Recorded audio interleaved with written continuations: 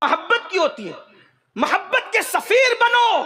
سرکار غریب نواز رضی اللہ تعالیٰ نے ارشاد فرماتے ہیں کہ اللہ تک پہنچنے کا جو راستہ ہے وہ لوگوں کے دل سے ہو کر کے گزرتا ہے۔ جب تک لوگوں کے دل خوش نہیں کرتے اس وقت اللہ تبارک و تعالیٰ تک پہنچ ہی نہیں سکتے۔ اسی لیے صوفیہ فرماتے ہیں تصوف پورا کے پورا خدمت خلق کا نام ہے۔ اللہ کے بندوں کی خدمت کرو، اللہ تک پہنچاؤ۔ سیدنا امام جعفر صادق رضی اللہ تعالیٰ نے ارشاد فرماتے زمین پر جتنے ذرات ہیں اللہ تک پہنچنے کے اتنے راستے ہیں، سب سے قریب کا راستہ جو اللہ تک لے جاتا ہے وہ اللہ کے بندوں کی محبت اور خدمت لے کر کے جاتی ہے۔ ایک مرتبہ ایک شخص حضرت سیدنا عبداللہ ابن عباس کے پاس آیا، کہنے لگا حضور مجھے ضرورت ہے آپ کی مدد کی۔ آپ نے مدد بھی کی اور مدد کے ساتھ اس کو ایک جوڑا بھی دیا، کپڑا بھی دیا۔ تو اس نے کپڑا لیا، کہا حضور آپ مجھے مدد بھی کر رہے ہیں، کپڑا بھی پہنا رہے ہیں۔ فرمایا میں نے اللہ کے رسول سے سنا ہے جو کسی مسلمان کو کپڑا پہنا دے گا جب تک وہ کپڑا اس کے پاس موجود رہے گا وہ مسلمان اللہ کی حفاظت میں رہے گا۔ لوگ حفاظت کے لیے تعویذ لیتے، حضور نے کتنا آسان راستہ بتایا، لوگوں کو کپڑے پہناتے رہو، اللہ کی حفاظت میں رہو، اللہ کے قلعے میں محفوظ رہو۔ کہاں ہے ہماری جماعت کے محترم علماء کرام بھی ایسے ایسے ہیں کہ مصطفیٰ کے باقیوں کو اگر ان کی نظریں ان کے اوپر پڑ جائے نا تو ان کی حواس معاف کر سکتے ہیں۔ الحمدللہ آقا کریم کی طرح کوشش کرو اپنا روح چینج کرو۔ ایسے ٹھوس سنی بنداؤ، ٹھوس سنی کوئی یہ نہ کہہ سکے کہ یہ تھوڑا بالکل ہے۔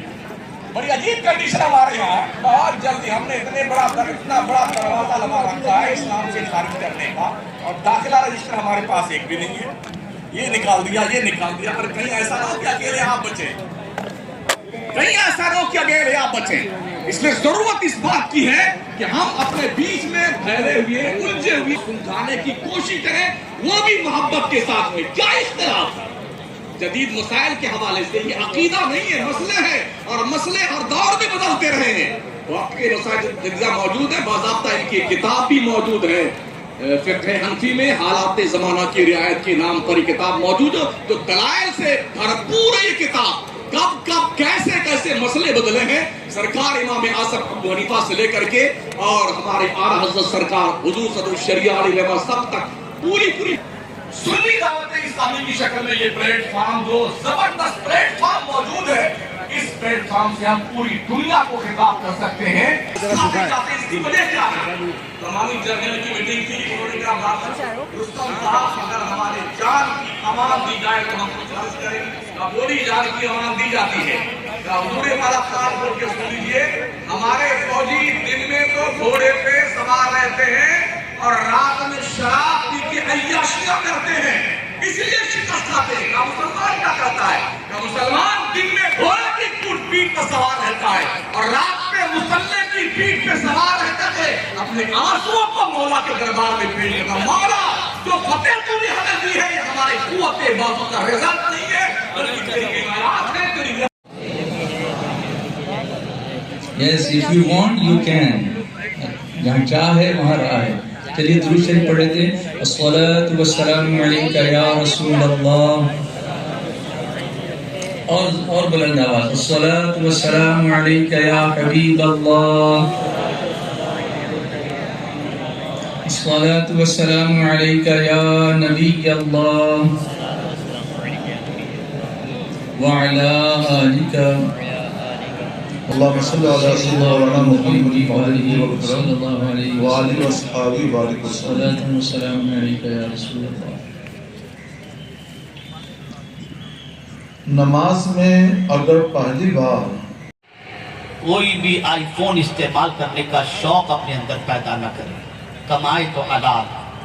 اب آئیے میں تھوڑا سا حلال روزی کی طرف آپ کو بتاؤں، اور یہ پیغام صرف نوجوانوں کے لیے نہیں حلال روزی سے متعلق، ہر اس کاروباری کے لیے ہے جو تجارت کے اندر اپنی قسمت آزمائی کر رہا ہے۔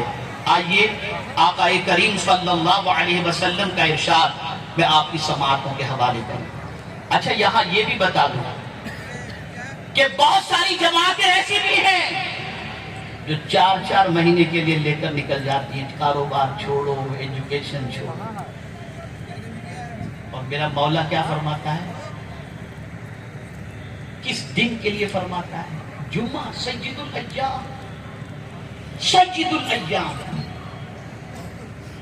اللہ فرماتا ہے اذا قضیت الصلاۃ فانتشروا فی الارض، نکال دیا مسجد سے باہر اللہ کہ جب تم جمعہ کی نماز ادا کر لو زمین پر پھیل جاؤ، وابتغوا من فضل اللہ، اور اللہ کا فضل تلاش کرو، یعنی روزی تلاش کرو۔ اسلام یہ نہیں کہتا کہ آپ مسجد میں بیٹھ کر جوانی کے اندر اوراد و وظائف کریں۔